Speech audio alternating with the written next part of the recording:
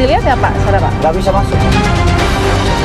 Di dalam juga gitu. Zamannya Pak Basuki, ADRT dia memberikan izin langsung kepada PTN untuk melaksanakan reklamasi. Kepresnya Pak Harto itu adalah yang melaksanakan reklamasi pemerintah negara.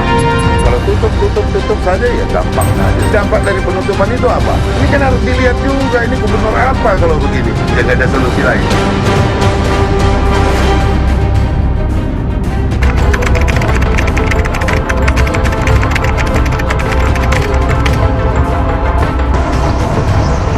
Langsung ada penjagaan yang mendekat ke kita. Kita tidak tahu nih untuk apa. Ada bisa dibahas. Pak dari TV1, Balkis. Mohon maaf Pak untuk gambar-gambar. Oh ya, kenapa ya Pak? Iya kenapa? Izinnya udah ada. Ini izinnya Ya, sudah kalau ada. masalah mau melaksanakan perizinan kita kan ke pihak kita aja.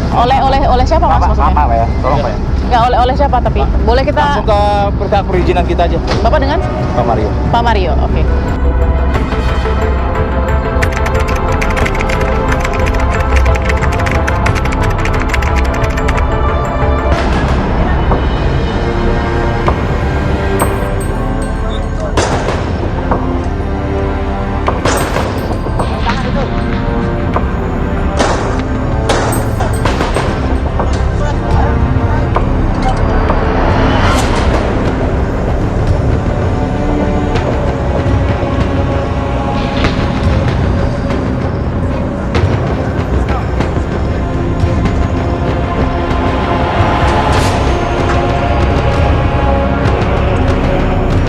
Pada hari ini bertepatan dengan 22 Ramadan, Pemprov DKI Jakarta melakukan penyegelan atas seluruh bangunan yang terletak di atas tanah di mana hak pengelolaan lahan ada pada Pemprov DKI Jakarta dan seluruh bangunan ini tidak memiliki izin.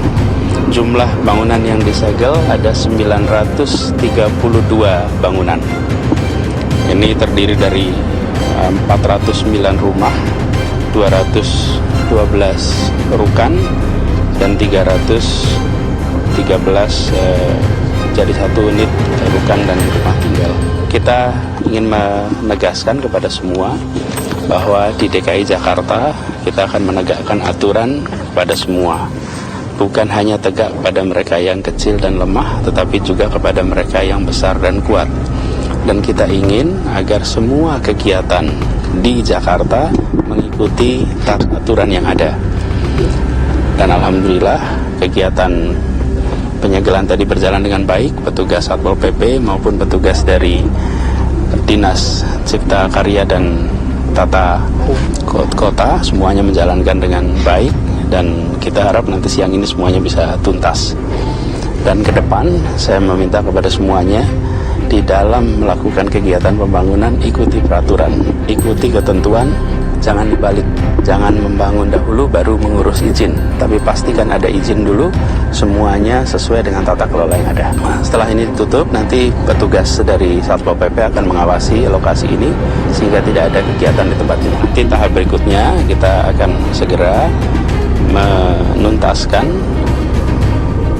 penyusunan Raperda, sekaligus juga kita akan nanti membentuk semua badan-badan yang diharuskan oleh peraturan Presiden nomor 52 tahun 95 dan juga oleh Perda yang menyangkut reklamasi. Kita akan menjalankan sesuai dengan aturannya. Artinya tidak reklamasi ya Pak? Pak, ini bakal dibongkar atau tidak Pak bangunannya Pak? Nanti kita lihat. Pak, artinya badannya badan reklamasi ya kan, di Kepres 52 kan bilang badan reklamasi. Pokoknya kita ikut yang ada di Kepres. Apa ini yang Pulau C dan D Perpres. ini jadi fasilitas publik Pak? Nanti, nah ini yang nanti kita menatanya lengkap. Jadi bukan hanya soal Pulau C dan D, kita akan menata seluruh kawasan pesisir Jakarta. Jadi perencanaannya terintegrasi, bukan perencanaan per wilayah saja, atau wilayah itu seperti Pulau C, Pulau D, Pulau G dan lain-lain, tapi seluruh kawasan. Nah nanti kita akan segera umumkan. Timnya sudah ada, orangnya semua sudah siap. Nanti kita akan umumkan segera. Pak, sudah Bagaimana menjamin? Terus lalu pembongkaran seperti apa Pak nanti proses? Nanti kita lihat, karena itu akan kita lihat juga sesuai dengan rencana pengembangannya seperti apa. Pak, bagaimana menjamin pengembang patuh Pak? Soalnya kan sudah disegel berkali-kali Pak. Terus faktanya kan pembangunan terus bergerak Pak. Sampai harusnya Bapak akhirnya menyegel lagi gitu Pak. Oh mau coba-coba sekarang, Anda akan ketemu batunya sekarang. Kalau ini kan baru pertama kali Bapak datang ke sini ya Pak? Iya. Pembangunannya udah sampai kayak seperti ini gimana Pak? Iya, saya karena kenapa saya datang ke sini karena saya ingin lihat langsung. Selama ini hanya lihat dari gambar, lihat dari udara, tapi tidak pernah melihat langsung sebuah lahan yang luasnya lebih dari 320 hektar di pesisir Jakarta, dan itu sebabnya saya mau lihat sendiri secara langsung di sini. Kalau penyegelannya bisa disegerjakan oleh siapa saja. Melihat ini bisa bangun sampai segitu megahnya tanpa izin, pendapat coba? Ini tanah kita, ini air kita, karena itu harus diatur dengan aturan yang ada di tanah air kita. Dan itu sebabnya saya datang ke sini. Kaget nggak, Saya Pak? lihat tanahnya, lihat airnya, saya lihat ke sini. Republik ini harus berwibawa di mata semua. Jangan sampai Republik ini kendor, longgar, dan justru takluk melihat pembangunan seperti ini dilakukan tanpa izin yang benar. Itu mengganggu kewibawaan negara. Karena itu kami semua di sini memastikan negara wibawa, negara dihormati, dan ke depan saya akan pastikan bahwa semua keputusan kita akan kita tegakkan, dan bagi semuanya aja jangan menyederhanakan dan jangan menganggap enteng keseriusan kita. Pada Oktober 2017 lalu, Fakta melakukan penelusuran ke reklamasi Teluk Jakarta.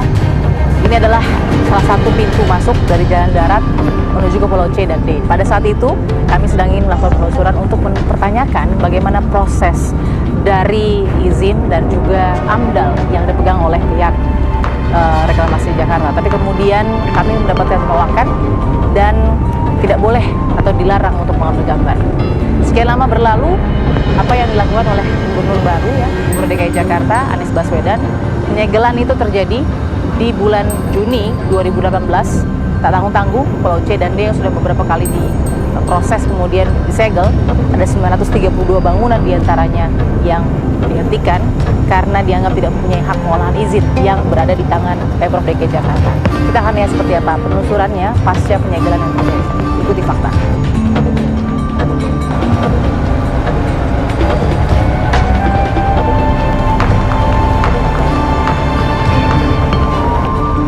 Ayo, guys. Ya, kita sudah masuk ke area menuju ke arah reklamasi, tapi beberapa dari informasi yang bisa kita berikan, faktanya adalah pemerintah Provinsi DKI Jakarta memberikan peringatan bahwa lokasi ditutup, dan ini adalah salah satu dari marking ya, atau tanda yang memang diberikan oleh Pemprov DKI Jakarta karena informasi di segelnya ada 2 pulau di Teluk Jakarta, yaitu C dan D. Isinya adalah rumah dan juga rukan atau rumah kantor dengan total bangunan 932 yang disegel oleh Pemprov DKI Jakarta, langsung dilakukan oleh Gubernur DKI Jakarta Anies Baswedan. Ya, Fakta melihat ada beberapa bangunan seperti rumah baru mungkin beberapa ratus meter saja masuk, ini ada rumah-rumah yang sudah dibangun tapi kemudian disegel karena memang tidak memiliki izin dari mulai hak pengolahan. Ini yang kemudian dipertanyakan bagaimana dengan nasib para pembeli ataupun juga pemilik yang mungkin saat ini sedang berproses. Ya, saya gambarkan ini adalah kondisi dari Pulau C dan D dari Teluk Reklamasi Jakarta yang disegel oleh Pak Gubernur DKI Jakarta Anies Baswedan. Ada 932 bangunan terdiri dari 409 diantaranya rumah, 212 diantaranya rumah kantor atau rukan, dan 313 unit rukan yang dijadikan rumah tinggal. Sementara ada juga beberapa jajanan pasar yang merupakan aktivitas ekonomi yang juga disegel oleh Pak Gubernur. Nah, ini yang bisa dikondisikan atau dilihat situasinya setelah penyegelan. Kita akan lihat bagaimana kemudian di sekitar C dan D ini yang bisa kita amati lagi. Ikuti Fakta.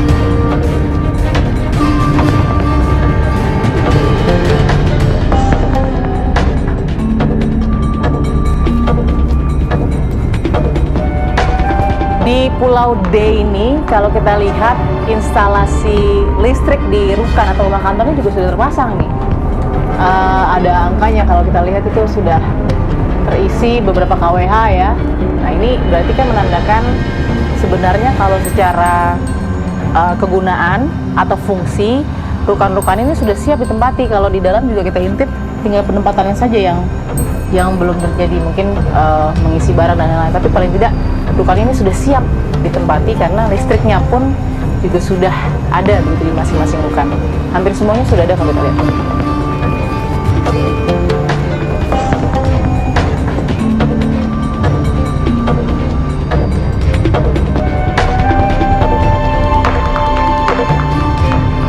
Kita akan coba cari informasi ya kepada mungkin ada Satpol PP atau petugas keamanan yang berjaga. Oke, saya mau tanya nih. Selamat siang, Pak. Mbak Akis dari Fakta. Pak siapa, Pak? Pak Panjaitan, Pak. Satu lagi? Pak Yusuf. Pak Panjaitan, Pak Yusuf yang bertugas di sini ya, Pak. Disegel beberapa bangunan kita lihat tadi dari mulai masuk turun jembatan tuh. Ada rumah juga yang sudah disegel dengan rukan ya. Berapa sih Pak Panjaitan yang disegel sama Pak Anies? Semuanya ada 40 bangunan. Kita dengar informasi ada Pulau C dan D yang disegel juga. Ya itu 40 itu di Oke. dua Oh berarti itu. 40 unit ya Pak, bukan 932 yang dikatakan ya? Ya, bangunannya. Oh bangunannya. Boleh sambil lihat ya Pak Panjaitan ya? Hitung semua gitu, Bu. Ini, oh. Tapi ini semua sudah ada yang punya Pak? Sebenarnya Ya, sudah ada akad jual beli ya sebenarnya ya? Kalau soal itu yang tahu mah yang punya aja. Oke. Yang proyek, ya kan? Oke, tapi ini termasuk Pulau CD gitu ya? Ya. Segel itu dipasang 40 buah. 40 buah. Oh, segelnya 40 buah. Dulu ini kan banyak nih bangunannya. Oke, jadi benar ada 932 bangunan yang disegel dengan 40 buah banner ya. Sebagai peringatan segel gitu ya. Kurang paham betul. Kurang oke. Nah, tapi saya- terdiri dari rumah dan rukan, Pak. Ya. Dari instansi Satpol PP-nya Penjaringan yang kemudian tugas di sini Ya. gitu ya. Menggantikan seluruh keamanan di sini atau bagaimana, Pak? Saya lihat keamanan di sini saya juga belum ini ya. Nah, mereka tetap ada. Tetap ada. Oke. Kan mungkin tugasnya mengawasi Oke. fasilitas yang ada di sini kan. Mhm. Jadi akhirnya kita gabung lah di sini kan. Sampai kapannya belum tahu, Pak, belum ada informasi. Nah, namanya kita perintah Bu ya. Baik, jadi Sejak- memang informasinya disegel sejak saja itu, sejauh ini. sejak tanggal 7 itu kita dari sini, Mhm. kita atur anggota, Mhm. kita upayakan sampai Iya. 24 jam. Sampai 24 jam. Jadi siang ini kelurahan, Kamal, nanti sore Kapuk ya. Nanti malam kita kecamatan. Oke, Iya. bergantian ya. Oke. Untuk memastikan nggak tidak ada aktivitas lagi itu, Pak ya? Yang di samping dan di samping itu jangan sampai hilang nih. Ya, jangan sampai hilang Sampai segelnya. Iya, jangan sampai hilang. Karena kalau hilang bisa. Ya kita harus tahu siapa yang ngambil kan gitu kan. Oke. Karena kan termasuk kalau hilang kan kita harus tahu. Iya. Nah, ini kan termasuk disegel nih Pak, yang usaha ini nih, makanan dan lain-lain ini. Ya. Kemarin sudah ada aktivitas Pak pada tanggal 7 Juni. Ini sudah ada tapi sekarang Oh sudah ada. tutup. Semuanya sudah ada atau baru beberapa?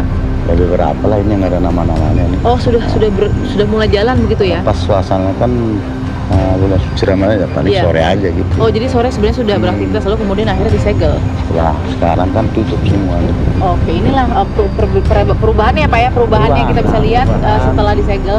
Ini Jadi tutup, aktivitas terus ekonominya tutup, Aktivitas tukangnya nggak ada, ya gitu aja. sama sekali tidak boleh ada Iya. kegiatan. Tapi akses terbuka Pak. Kalau akses mungkin ya silakan aja, tapi kan mereka tidak bisa melakukan aktivitas di sini kan. Mungkin Ini seperti ini misalnya nih. Ini lagi aktivitas atau beres-beres ya Pak? beres-beres aja. Si proses atau gimana yang Kalau soal itu yang saya kurang ini ya, baik? karena kapasitas saya sini hanya menjaga. Jaga Pulau C dan D ini. Terima kasih Pak Panjaitan sudah memberikan informasi buat Fakta ya Pak ya. Oke, kita lihat lagi temukan konten berikutnya, mungkin ada penjaga. Ini penjaga pada pertanyaan dulu. Siang Pak, sedang bertugas Pak. Pak Chandra namanya. Oke Pak, setelah disegel, aktivitasnya jadi pengamanan-keamanan saja atau gimana Pak? Iya, kita hanya perbantuan di sini Bu, selebihnya kita kurang paham. Oh, jadi Bapak menjaganya area Dari perbantuan aja kita, area yang dijaga area yang di sini aja perbantuan. Pulau C dan D. Ya. Oke, baik. Terima kasih ya Pak Chandra ya. Oke. Kita sudah lihat itu paling tidak gambaran ya penyegelan pasca penyegelan di tanggal 7 Juni 2018 oleh Pak Gubernur. Kita bisa gambarkan sudah ada juga begitu tanda-tanda penyegelan yang diberikan karena memang untuk melingkari dan juga memberikan parameter mana-mana yang sudah disegel, tidak boleh ada lagi aktivitas ekonomi ataupun hunian. Ya, salah satu yang juga disegel adalah rukan-rukan di belakang. Ini yang kita lihat ada banyak ya, ada kurang lebih di sebelah sini sudah 3 bangunan dan pengerjaan stop. Di sebelah sana juga ada ini sudah dipastikan disegel juga, bagian yang disegel karena kita masih ada di Pulau D saat ini.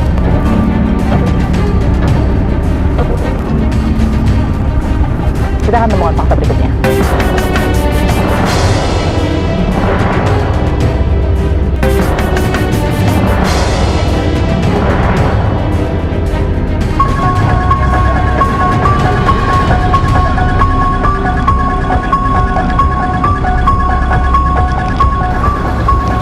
Oke, kita mau coba masuk ke Pulau C.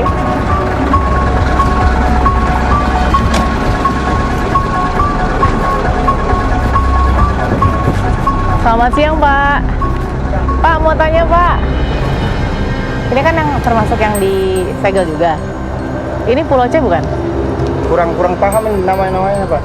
Loh, Pak Diansyah jaganya Pulau C atau Pulau D? Kan ini Pulau D, tadi kita dari Pulau D ketemu dengan... Taunya kita di sini Golf Island udah. Oh, Golf Island aja. Nggak tahu nama-nama pulaunya. Oh, tapi yang ini termasuk disegel apa nggak, Pak? Sama Pak Anies kemarin? Kurang paham di sini. Kalau yang depan sana gitu, Disegel? kurang paham.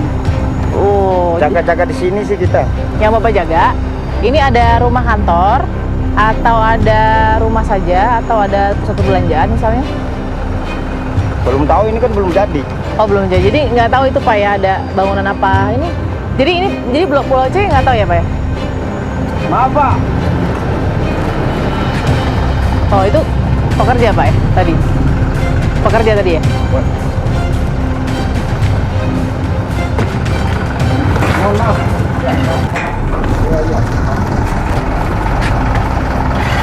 Oke. Jadi ini Pulau C, sebelah sana Pulau D ya, Pak, ya? Kurang paham kalau pulau-pulaunya. Tapi ini Golf Island aja? Iya, yang saya tahu itu aja. Kalau tadi pekerja juga, Pak, ya? Yang menghampiri Bapak? Bapak kenapa bingung jawabnya ditanya? Enggak, biasa aja. Hah? Biasa aja bingung ya, Pak, ya? Kalau itu bisa dilihat nggak, Pak? Sana, Pak? Nggak bisa masuk. Kenapa, Pak? Nggak boleh masuk. Nggak boleh, padahal udah disegel ya? Tidak diperbolehkan masuk misalnya dari pimpinan kita. Nggak boleh. Oh, yang nggak bolehin berarti Pemprov DKI yang menyegel? Atau siapa? Nggak, kurang paham. Cuman atensi dari pimpinan kita tidak diperbolehkan keluar masuk di area ini. Oke, tapi ini Pulau C yang dibilang Golf Island juga ya, Pak, ya? Kurang paham. Oke, baik. Ya. Sejauh ini informasi kita dapat dari Pak Diansyah, ini memang salah satu yang sudah stop pembangunannya ataupun aktivitasnya jauh sebelum disegel oleh Pak Anies. Tapi kita juga belum lihat ada beberapa banner atau tidak yang merupakan marking ya atau tanda bahwa areal ini juga kemudian disegel atau tidak. Tapi dari informasi memang ini adalah wilayah yang juga masuk di areal C dan D seperti yang sudah kita lihat penelusurannya tadi.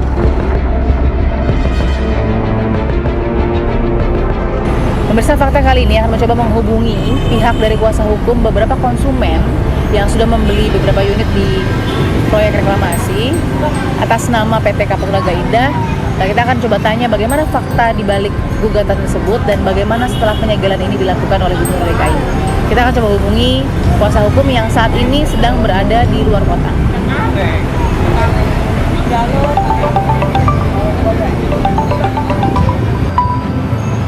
Halo. Halo. Iya. Halo, Mas, dengan Mas Randy Ya. Anggara. Iya. Ya, Mas Randy Anggara, kita klarifikasi, kita dari tim Fakta, Mas, TV One. Oke. Kita ingin mengklarifikasi juga Mas Randy Anggara ini sebagai kuasa hukum dari beberapa konsumen. Ya, pada saat itu saya kuasa hukum dari beberapa konsumen yang pernah mengajukan gugatan ke PPSK. Konsumen ini berapa orang jumlahnya, Mas Randy? Waktu itu kita total 9 orang. Semua membeli rumah. 1-2 orang ada yang beli 2 unit. Pulau C atau D atau yang lain? Pulau D. Pulau D, berarti yang disegel ya Mas ya? Iya. Oke, bagaimana ceritanya? Iya, betul. Pada saat itu, para konsumen ini kan mendapat informasi bahwa akan ada proyek Gulf Island namanya, Oke. Gulf Island, dan itu dilakukan pemasarannya pada, menurut konsumen itu sekitar tahun 2013 sudah ada pemasaran dan sudah mulai melakukan cicilan pada tahun 2013. Itu langsung pembelian dengan down payment atau bagaimana Mas proses yang dijalani? Rata-rata semuanya melakukan down payment dulu, kemudian setelah down payment tergantung dari unit yang dibeli. Ada di blok tertentu, misalnya ada yang menghadap ke pantai, itu dengan harga yang lebih mahal dan cicilannya pun berbeda, variatif tergantung dengan unit yang dibeli. Berapa sih Mas kisaran perbedaan harga atau mungkin harga satu unit rumah yang dibeli oleh para konsumen ini? Paling murah itu kalau nggak salah 3,5 miliar, Mbak. Ada yang 9 miliar kalau nggak salah, yang menghadap ke pantai. Ada yang 9 Iya. miliar. Setelah melakukan cicilan tiap bulan, ya mereka menganggapnya bahwa ini proyek ini akan berjalan karena sudah mulai penimbunan kan sudah mulai berjalan pada saat itu kan. Oke. Nah, kemudian ya sejak 2016 baru mereka stop nyicil. Berarti sudah berapa persen Mas cicilan yang dilakukan oleh para konsumen? Variatif, ada yang sudah sampai 90%, bahkan sudah ada pula yang sudah lunas. Di 2016 itu ada kebijakan dari pengembang PT KNI yang memberikan surat edaran untuk kepada konsumen bahwa konsumen dipersilakan untuk tidak melakukan cicilan terlebih dahulu karena adanya moratorium dari Menko Maritim yang pada saat itu Bapak Rizal Ramli. Ya konsumen sudah mulai mempertanyakan kenapa nih kok ada moratorium. Moratorium dilakukan karena ada beberapa pelanggaran, ada 13 pelanggaran yang dilakukan oleh PT KNI pada saat itu. Baik Mas, ini bisa dijelaskan kronologi atau mungkin awal kenapa kemudian 9 konsumen yang sudah ada membayar down payment bahkan sudah lunas pembayarannya ini melakukan proses hukum ke pengadilan melawan PT Kapuk Naga Indah melalui Mas Randy? Bahwa PT Kapuk Naga Indah yang menaungi mereka dalam proyek Gulf Island ini, konsumen merasa tidak mendapatkan kejelasan tentang kapan proyek Gulf Island ini akan rampung dan kemudian diserah terimakan. Dan kami sampaikan keluhan dari konsumen yang kemudian opsi dari konsumen yang meminta refund, dan untuk sementara dilakukan hold cicilan terlebih dahulu, ditunda lagi cicilannya karena sempat cicilan ini diperintahkan untuk dilanjutkan ketika Menko Maritim Bapak Luhut Panjaitan itu mencabut moratorium dari surat tahun 2016 yang dikeluarkan oleh Pak Rizal Ramli. Antara pertemuan kami dengan pihak pengembang tidak tercapai kesepakatan. Oleh karena itu kami menempuh tahap selanjutnya yaitu mengajukan gugatan konsumen. Nah, persidangan terakhir itu yang cukup membuat kita agak heran juga. BPSK membuat penetapan, bukan keputusan. Jadi menetapkan bahwa sidang tidak dapat dilanjutkan karena pihak pelaku usaha dalam hal ini pengembang tidak bersedia perkaranya diselesaikan di BPSK. Oleh karena itu kami mempertanyakan, loh, kalau alasan pengembang, alasan yang digunakan pelaku usaha tidak bersedia akan menjadi presiden buruk kemudian untuk konsumen. Jadi konsumen tidak akan bisa mengajukan gugatan di BPSK lagi, langsung ke pengadilan. Keesokan hari kemudian itu kami mengajukan pengaduan ke Ombudsman terhadap kinerja dari BPSK. Oke, kenapa memilih ke BPSK dibanding kemudian mungkin ke pengadilan? Di pasal 45 ayat 1, apabila konsumen merasa dirugikan dapat mengajukan gugatan di Badan Penyelesaian Sengketa Konsumen atau di pengadilan. Baik. Nah, ini opsi yang diberikan oleh undang-undang pada konsumen. Mas Randy sebagai kuasa hukum dan para konsumen adalah Badan Penyelesaian Sengketa Konsumen ya. Betul. Dampak dari penyegelan yang dilakukan oleh Pak Gubernur. Ya, konsumen butuh penjelasan. Kalau memang proyek ini tidak dilanjutkan, ini kan baru disegel, tapi belum tentu di stop atau tidak. Nah, kalau proyek ini memang tidak dilanjutkan, itulah hak mutlak konsumen harus dikembalikan oleh pelaku usaha. Yang kami lihat ada 3 gugatan yang dilayangkan oleh konsumen. di luar yang di BPSK. Ada gugatan pengadilan negeri biasa. Ya. Jadi yang di Pengadilan Negeri Jakarta Utara tiba-tiba kami dengar mencabut gugatannya. Karena Kemudian tidak tahu kita, dia tiba-tiba mencabut gugatan. Dan kemudian ada satu gugatan lagi yang diajukan di Pengadilan Niaga, ya. Pengadilan Niaga Jakarta Pusat. Ya. Lalu mau kemana lagi setelah ini? Ombudsman mengeluarkan kesimpulan bahwa tidak ada terjadi pelanggaran yang dilakukan oleh BPSK. Nah, ini juga kita pertanyakan Ombudsman, kenapa orang jelas dia tidak memfasilitasi kita, bukti belum diperiksa, tapi sudah diputus tidak dilanjutkan. Nah, itu salah satu kejanggalan di BPSK dan yang tidak di follow up lebih lanjut oleh Ombudsman. Berarti di Ombudsman juga tidak diuntungkan para konsumen. Lalu mau kemana lagi setelah dari situ? Betul. Saat ini konsumen sudah mulai sah dan hanya opsi yang ditunggu hanya menunggu raperda reklamasi.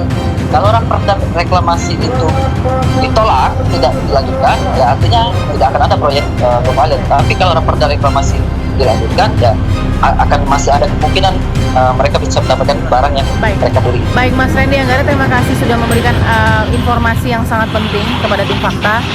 Kita akan temukan dan dengarkan lagi bagaimana fakta-fakta berikutnya.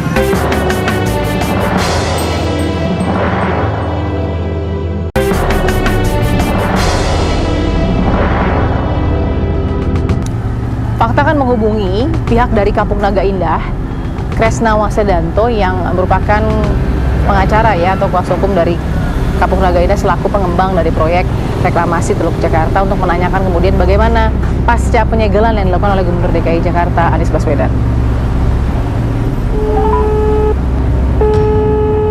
Halo, Halo Pak Kresna. Mending. Balkis Pak Kresna, TV One, apa kabar? Balkis. Apa kabar Pak Kresna? Boleh nggak klarifikasi? Udah dengar? Sekarang nggak bisa ngomong sebagai ini kalau belum bisa. Oh, belum bisa bicara soal penyegelan, belum bisa ada komentar. Biro komen dulu. No komen, kenapa Pak? Nggak dalam kapasitas untuk memberikan pendapat. Oh, tidak dapat. Oke, tapi masih di Kampung Naga Indah Pak Kresnanya? Saya belum bisa komen apa-apa tuh Mbak Balkis. Ya, Kita oke. mendoakan semoga dirimu baik-baik saja semua. Baik, baik. Ya. Maaf ya. Baik Pak Kresna. Nanti oke baik. Ya. Nanti next time saya hubungi lagi ya Pak ya. Makasih Pak Kresna ya. Ya, terima kasih Pak. Pak. Ya, ya, udah. Bye.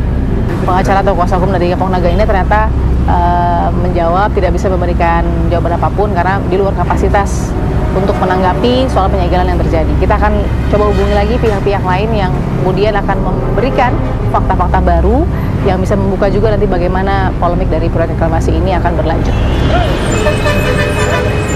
Kita akan dengar suara wakil rakyat dari DPRD Partai Nasdem bagaimana melihat dan menyikapi pasca penyegelan yang dilakukan oleh Gubernur DKI Jakarta Anies Baswedan terhadap reklamasi Teluk Jakarta yang mungkin sudah saat ini posisinya sudah disegel dan di stop begitu sementara. Assalamualaikum. Waalaikumsalam. Balkis, apa kabar? Apa kabar Bang Musari? Sehat. Kita ikuti penyegelan sudah terjadi di reklamasi Teluk Jakarta. Artinya penyegelan buat abang apa? Itu hal yang biasa saja. Itu hal biasa Rutin saja. biasa saja, nggak ada yang luar biasa daripada itu. Yang luar biasa adalah ketika seorang gubernur terjun langsung ke sana, padahal bisa kelas camat, wali kota, atau kepala dinas. Sebetulnya bisa kemudian menjadi panutan adalah ketika apa? Ada satu pelanggaran, katakanlah itu satu pelanggaran terhadap perizinan dan sebagainya. Oke. Ini kita lihat kan gubernur jemput bola ini. Woi, luar biasa bangga rakyat Jakarta loh. Lebih bangga lagi ketika gubernur mampu kemudian memanggil para pihak untuk kemudian menyampaikan kepada mereka, lakukan ini supaya hal yang kalian akan lakukan, akan kalian selesaikan, itu dapat dilanjutkan. Kalau tutup saja ya gampang saja, semua bisa ditutup. Tapi dampak dari penutupan itu apa? Banyaklah masyarakat yang kemudian kehilangan pekerjaan. Oh, jadi buat abang penyegelan ini bukan solusi? Bukan. Bukan solusi dari masalah reklamasi Teluk Jakarta? Bukan. Solusinya apa? Solusinya harus diselesaikan, perdanya harus diselesaikan. Gitu loh. Jadi apa yang sudah diamanatkan oleh Perpres 52 tuntaskan. Jadi begini, Di sana diamanatkan bahwa penanggung jawab daripada pelaksanaan ini kan gubernur. Ya. Kalau seluruhnya sudah selesai, maka gubernur bukan sekedar hanya boleh menyatakan ya laksanakan atau tidak. Bukan itu kewenangannya. Kewenangannya adalah kewajiban tadi. Begitu. Nah, apabila kemudian gubernur tidak mendukung dengan segala macam alasan yang menurut saya hanya alasan-alasan politis, ya kan, politis demi segelintir orang. Menurut Bang Bestari, pemerintah pusat dengan pemerintah provinsi sudah satu suara belum soal reklamasi Teluk Jakarta? Pada era sekarang ini kan sudah di pertengahan bahkan hampir di penghujung jalan. Ya, kalau kita katakan pemerintah daerah kan bukan berarti arah perorangan gitu, tapi kelanjutan kesinambungan dari yang sebelumnya kan. Nah, sebelumnya ini sudah rapi-rapi kok, apalagi? Ya, saya kira jangan kemudian kalau alasannya hanya sekedar janji kampanye, saya kira itu selalu naif. Oke. Naif sekali. Kalau ada tujuan lain misalnya diberdayakan atau dialihfungsikan? Selesaikan dulu alasnya. Oke. Alasnya apa ini? Mau cerita tentang mau bangun A, B, C, D. Apa sih yang Bang Bestari dengar? ABCD-nya apa yang didengar? Segel-segel di atas bangunan. Oke lah, itu kewenangan Pemprov DKI. Dan alhamdulillah Anies mengikuti jejak Ahok yang pernah sudah 3 kali melakukan penyegelan. Bagus itu. Ada yang dicontoh lah, ada yang baik yang dicontoh dari Ahok, itu bagus-bagus aja. Nah, pertanyaannya sekarang, alasnya belum selesai. Ya. Perda ditarik, ya, diminta pada waktu itu baik-baik oleh beliau, marilah tolong kami revisi dulu. Sudah, ini sudah berapa bulan? 8 bulan. Ngapain itu TGUPP-nya itu banyak-banyak di situ nggak bisa memberikan masukan kepada gubernur? Masa urusan kecil remeh-temeh begini? Ini sebetulnya reklamasi ini apa segala macam yang di sana Pantai Utara itu urusan remeh-temeh itu. Masa remeh-temeh? Remeh-temeh ini. Ini uang Apanya? Uang besar nggak ada di sini loh. Kenapa? Bukan uang negara kok. Gitu? Negara bakal diuntungkan kok. Masyarakat diuntungkan, 12 juta rakyat Jakarta akan dapat pantai gratis kok. Kalau kita lihat bahwa selama ini yang mengelola dan kemudian quote-unquote menguasai itu punya kewenangan lebih adalah swasta, menurut Bang Bestari harus tetap ada di situ? Oh, begini, swasta itu kan PKS, ya. Perjanjian kerjasama. Betul. Ya kan, perjanjian kerjasama. Disitulah di dalam perda itu dituangkan apa kondisi daripada kerjasama ini. Kan gitu deh. Ketika sudah terjalin satu kerjasama, loh, sekarang begini loh, itu ada 5.000 hektar lebih, ya, yang akan menjadi milik DKI Jakarta. Angkanya berapa? 120 triliun lebih, apalagi sih? Kenapa kemudian bukan negara saja yang punya andil lebih besar daripada swasta? Kenapa tidak negara? Iya, karena kalau sudah negara yang pegang kan alasnya akan mudah sekali kita yang karena semua perizinan disyaratkan di dalam perda sebelumnya boleh bekerja sama dengan swasta, dan swasta itu nggak haram. Betul, tidak haram. Nggak haram. Pembayar pajak terbesar di Republik ini swasta loh. Iya, meskipun modalnya sama-sama utang juga ke bank kan. Ya. Swasta kan mengutang ke bank dong untuk masalah dia apa berproses seperti apa kita serahkan. Tidak ada masalah, Balkis. Yang paling penting adalah apakah ada payung hukum yang meletakkan para pihak untuk dapat berkontribusi. Sekarang perda dicabut. Belum dicabut, ini paling tidak revisi. Ya, revisi. Silakan nanti yang dimajukan seperti apa. Begitu dia majukan kan jadi ranah kami DPRD. Oh iya dong. Dan kita akan membuka peluang kepada seluruh pihak untuk ikut terlibat di dalamnya. Semua stakeholder akan diikut. Oh iya. Pasca penyegelan ini. Dari dulu juga seperti itu. Tidak ada yang tidak. Lalu apa yang berbeda kalau setelah disegel nanti DPRD kumpulin semua stakeholder, Pemprov sama pusatnya gimana nih? Duduk juga nggak? Atau nggak? Silakan, kan ada mekanisme yang mengatur dalam ketatanegaraan kita. Mereka aturlah di bidang sana. Kami berdiri sebagai mitra daripada Pemprov DKI dalam hal satu saja sebetulnya. Pembuatan perda, aturan aturan zoning daripada tanah yang timbul itu. Selebihnya enggak. Kita nggak ada kaitannya dengan reklamasi.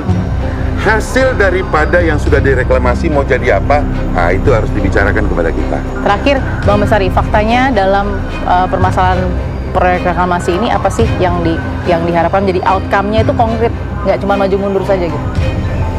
Selesaikan. amanah daripada Perpres 52 Gubernur. Apabila tidak terselesaikan, maka di ujung nanti akan terjadi cerita. Wahai, pernah ada cerita, pernah ada kisah seorang gubernur yang telah diberi kewenangan untuk menyelesaikan masalah reklamasi. Ketika negara lain sudah menyelesaikan itu, dia duduk termenung, tidak bisa berbuat apa-apa dengan kekuasaan yang diberikan. Baik, terima kasih Bang Bestari. Kita akan temukan fakta berikutnya.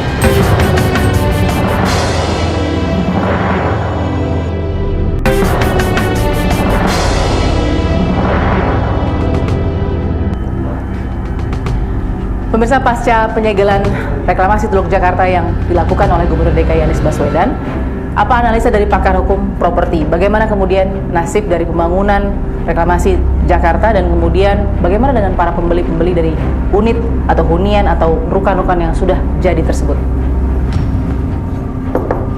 Halo Bang, apa kabar Bang Erwin? Silakan. Bang Erwin Kalau sebagai pakar hukum properti, kita ingin dengar analisanya Bang. Ya. Mengingat Pak Anies sudah segel Pulau CD. Menurut Bang Erwin, prosesnya sendiri sejauh ini seperti apa yang dilihat? Saya kira nggak serius, itu sih biasa aja. Ada yang lebih serius sebenarnya. Yang lebih serius itu what next? Daripada kita mengutuk kegelapan, mari kita nyalakan lilin. Jadi semua itu harus memberikan solusi, bersifat solutif. Nah, pertama adalah penyegelan. Penyegelan ini kan suatu hal yang normatif di dalam undang-undang bangunan, di dalam beberapa yang tidak punya izin disegel, itu is okay, ya kan? Sedikit kekhawatiran adalah jangan sampai penyegelan ini terkesan adalah pencitraan dalam rangka pemenuhan janji. Ya. Tetapi yang saya mau kasih tahu yang lebih serius adalah awal peraturan pertama tentang reklamasi itu di zaman Pak Harto, ya, Kepres 52, ya kan, tahun 95 kalau nggak salah, ya. Di Kepres itu jelas dikatakan bahwa di situ itu tentang reklamasi Pantura, itu lebih spesifik langsung Pantura. Nah, reklamasi tentang Pantura itu dikatakan bahwa kewenangan reklamasi Pantura ada di Gubernur DKI Jakarta, itu jelas. Nah, zamannya Pak Basuki ada juga Pergub yang memberikan izin, tapi izin dari Gubernur langsung kepada PTX untuk melaksanakan reklamasi. Nah, ini kan dua hal sudah berbeda loh. Ya. Padahal di Pergub itu merujuk terhadap Kepres ini juga. Kepres ini memerintahkan ada badan pengendali, ada badan pelaksana, ada badan pengelola, ada badan pengawas, dan semua itu pemerintah. Poin yang ini saya katakan adalah Kepresnya Pak Harto itu adalah yang melaksanakan reklamasi itu adalah pemerintah atau negara. Dampaknya adalah bagaimana mengontrolnya. Ya, ini kan untuk kemakmuran rakyat. Kontrol itu maksudnya begini. Kalau negara yang bikin nanti disahkan oleh swasta-swasta yang akan bekerja sama, dia jadi kontraktornya atau dia apa lotnya itu gampang, tetapi kewenangan dulu nih. Legal standingnya kewenangannya ada di negara yang diwakili oleh pemerintah DKI. Itu Kepresnya. Nah, kalau misalnya dikasih kepada swasta, DKI cuma minta 15%, enggak. Itu filosofinya jauh. Itu berarti punyanya dia. Bagi Bang Erwin itu akar permasalahan di awal. Oh, serius ini. Jadi si swasta ini menjadi owner daripada tanah reklamasi itu, walaupun HPL-nya itu atas nama Pemprov. HPL itu kan bukan kepemilikan, itu hak untuk penguasaan dan pengelolaan aja. Kalau saya prinsip kembalikan kewenangan kepada. Menurut Bang Erwin dengan posisi seperti ini sudah disegel, ini yang paling utama kembalikan dulu kewenangan ke negara. Iya. Kembalikan selama proses penyegelan ini. Iya. Nah, itu kan faktor kembalikan ke negara, baru kita renegosiasi. Memang swasta punya hak untuk menggugat begini-begini, silahkan saja. Oh, berarti ini akan ujung-ujungnya pasti ke pengadilan? Bisa saja. Cuma kan kalau kita berpikir mau berapa lama Anda mau begitu? Siapa yang paling dirugikan di sini? Ya, yang pertama pasti konsumen dirugikan. Kedua, developer dirugikan. Masyarakat sekitar yang sudah terabaikan hak-haknya, misalnya tidak melaut sekian lama tambak, itu kan juga dirugikan. Negara juga dirugikan. Jadi kalau saya melihat dalam kasus ini semua dirugikan. Jadi Pak Harto sudah punya itu bagus dan benar. Peraturan-peraturan berikutnya ini ya ditelikung, itu harusnya negara, badan pelaksana itu negara, langsung dikasih ke swasta. Nah, ini yang tidak terkontrol. Seandainya badan pelaksana itu negara, pasti terkontrol karena izin-izin kan mereka juga yang keluarin. Ya kan? Nah, artinya kalau mau dicari evaluasi sampai salah di awal. Kalau bagi Bang Erwin dengan kondisi sudah disegel seperti ini, nanti analisanya kemana nih ujung-ujungnya dari penyegelan ini? Ya kemungkinan yang terjadi adalah kalau developer pikir penyegelan ini tidak berujung pangkal, nanti pasti dia melalui jalur hukum. Dia menggugat penyegelan itu dan tetapi tidak menyelesaikan masalah, tetapi izinnya bisa keluar nggak? Kan nggak juga. Akhirnya kalau istilahnya gini, kalau mau dikonfrontatif, ya developer yang paling rugi. Tapi faktanya saat ini keputusan yang terbaik adalah penyegelan atau bukan? Keputusan yang baik Dengan kondisi seperti ini. Terbaik bagi siapa? Kalau bagi Pak Anies baik dong, dia memenuhi janjinya. Tetapi Bagi semuanya? loh, Nggak mungkin. enggak juga, kenapa? Itu segel nggak segel kan juga berhenti. Segel nggak segel juga emang ada yang mau tinggal di situ. Segel nggak segel infrastrukturnya juga belum lengkap. Segel nggak segel juga emang ada yang mau beli. Bagi developer disegel nggak disegel sama aja, orang dia nggak bisa jualan, siapa yang mau beli? Kan ujung-ujungnya kalau kita lihat developer dan masyarakat, ujung-ujungnya lengkap banget. Tapi kalau nggak ada yang mau beli, karena sengketa yang izinnya sudah terbangun aja, kalau sengketa kan nggak ada yang mau beli. Karena bermasalah. Iya, jadi kalau penyegelan itu apakah bermanfaat atau tidak? Bermanfaat bagi Pak Anies. Kan dia pemenuhi janjinya. You see, lihat semua masyarakat, saya sudah penuhi janji saya. Nah, masalah besok nanti segel itu dicabut itu urusan lain, kan begitu. Tetapi bagi developer, disegel nggak disegel tetap masalah. Kenapa? Walaupun tidak disegel, emang dia bisa jualan? Sekarang saya mau tanya. Emang dia bisa jual? Emang ada yang mau beli? Enggak juga. Kita kan harus lihat dari segi ekonominya. Saya beli itu saya nggak bisa pakai, saya nggak bisa sewain. Terus Bisa investasi juga ya? ya orang lain banyak. Ya toh. Jadi sepanjang masalah ini nggak selesai, itu pasti stuck. Baik. Pasti nggak ada yang mau beli. Siapa yang mau beli? Nah, disegel nggak segel bagi developer itu adalah bermasalah. Terima kasih Bang Erwin sudah memberikan Simple. analisisnya untuk tim fakta ya. Masalah proyek reklamasi Teluk Jakarta semakin pelik. Gubernur DKI Jakarta Anies Baswedan tetap pada keputusannya untuk menyegel pulau-pulau yang tak berizin. Hampir 1.000 bangunan mewah itu pun kini terbengkalai. Pemilik pun merasa dirugikan. Kalau sudah begini, duduk bersama yang dilakukan oleh semua pihak adalah yang tepat untuk dilakukan agar tak ada lagi dugaan-dugaan yang mengambang. Dan semoga polemik yang terjadi di Teluk Jakarta itu bisa menjadi pelajaran bersama agar segala sesuatunya harus sesuai dengan mekanisme dan peraturan. Saksikan Fakta setiap hari Senin pukul 20.30 waktu Indonesia Barat bersama saya, Balkis Manisa.